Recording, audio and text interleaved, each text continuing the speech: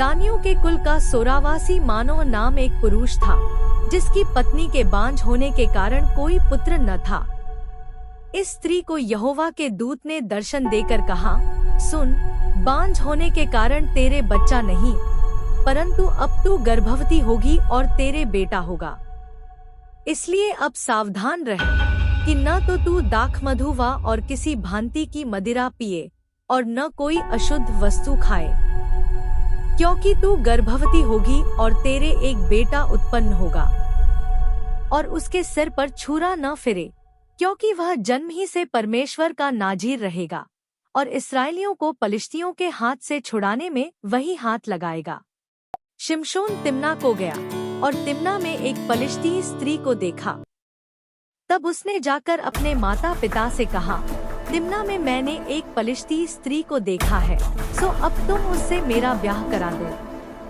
तब उसका पिता उस स्त्री के यहाँ गया और शिमशोन न जवानों की रीति के अनुसार वहाँ जेवनार की।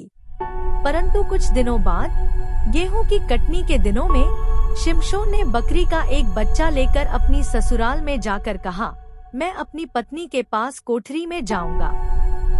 परंतु उसके ससुर ने उसे भीतर जाने से रोका और उसके ससुर ने कहा, मैं सचमुच यह जानता था कि तू उससे बैर ही रखता है, इसलिए मैंने उसे तेरे संगी को ब्याह दिया। क्या उसकी छोटी बहन उससे सुंदर नहीं है? उसके बदले उसी को ब्याह ले।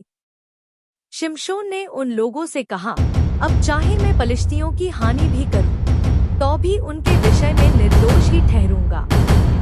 तब शिमशोन ने जाकर 300 लोमड़ियां पकड़ी और मशाल लेकर दो लोमड़ियों की पूंछ एक साथ बांधी और उनके बीच एक एक मशाल बांधा।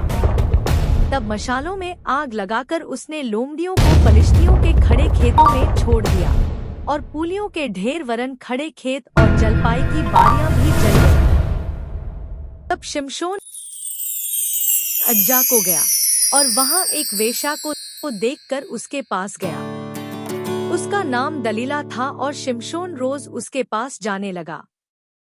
तब पलिश्तियों के सरदारों ने उस स्त्री के पास जाके कहा, तू उसको फुसलाकर बूझ ले कि उसके महाबल का भेद क्या है और कौन उपाय करके हम उस पर ऐसे प्रबल हों कि उसे बांधकर दबा रखें, तब हम तुझे 1100 टुकड़े चांदी देंगे। तब दलीला ने शिमशोन से कहा, मुझे बता दे कि तेरे बड़े बल का भेद क्या है और किसी रीति से कोई तुझे बांधकर दबा रख सके। शिमशोन बार बार बात को घुमाता, लेकिन एक दिन ऐसा हुआ। दलीला ने शिमशोन से कहा, सुन, तूने तो मुझसे छल किया और झूठ कहा है, अब मुझे बता दे कि तू किस वस्तु से बंध सकता है। सो जब उसने हर दिन बातें करते करते उसको तंग किया और यहाँ तक हट किया कि उसके नाकों में दम आ गया, तब उसने अपने मन का सारा भेद खोलकर उससे कहा, मेरे सिर पर छुरा कभी नहीं फिरा, क्योंकि मैं माँ के पेट ही से परमेश्वर का नाजीर हूँ। यदि मैं मुड़ा जाऊं तो मेरा बल इतना घट जाएगा कि मैं साधारण मनुष्य सा हो जाऊंगा।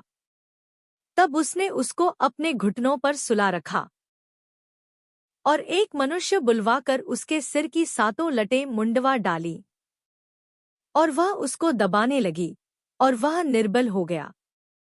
शिमशोन को पता भी ना चला उसके साथ दलीला ने क्या किया।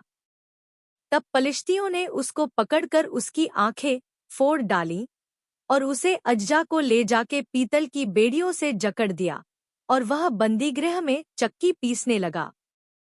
शैतान आपकी कमजोरियों का फायदा उठाकर आपको परमेश्वर के महान योजना से अलग कर सकता है।